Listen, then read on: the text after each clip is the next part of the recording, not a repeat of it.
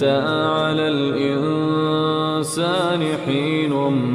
من الدهر لم يكن شيئا مذكورا إنا خلقنا الإنسان من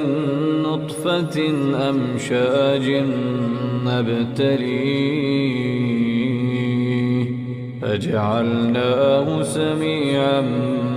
بصيرا إنا هديناه السبيل إما شاكرا وإما كفورا إنا أعتدنا للكافرين سلاسل وأغلالا وسعيرا إن الأبرار يشربون من كأس كان مزاجها كافورا عينا يشرب بها عباد الله يفجرونها تفجيرا يوفون بالنذر ويخافون يوما كان شره مستطيرا ويطعمون الطعام على حبه مسكينا ويتيما وأسيرا إنما نطعمكم لوجه الله لا نريد منكم جزاء ولا شكورا إنا نخاف من ربنا يوما عبوسا قمطريرا فوقاهم الله شر ذلك اليوم ولقاهم نضرة وسرورا وجزاهم بما صبروا جنة وحريرا متكئين فيها على الأرائك لا يرون فيها شمسا ولا زمهريرا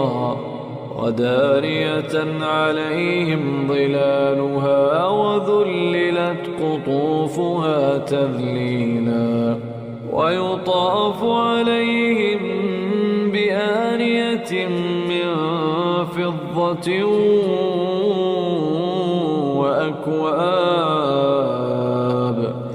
وأكواب كانت قوارير من فضة قدروها تقديرا ويسقون فيها كأسا كان مزاجها زنجبيلا عينا فيها تسمى سلسبيلا ويطوف عليهم ولدان مخلدون إذا رأيتهم حسبتهم لؤلؤا منثورا وإذا رأيت ثم رأيت نعيما وملكا كبيرا عاليهم ثياب سندس خضر واستبرق وحلوا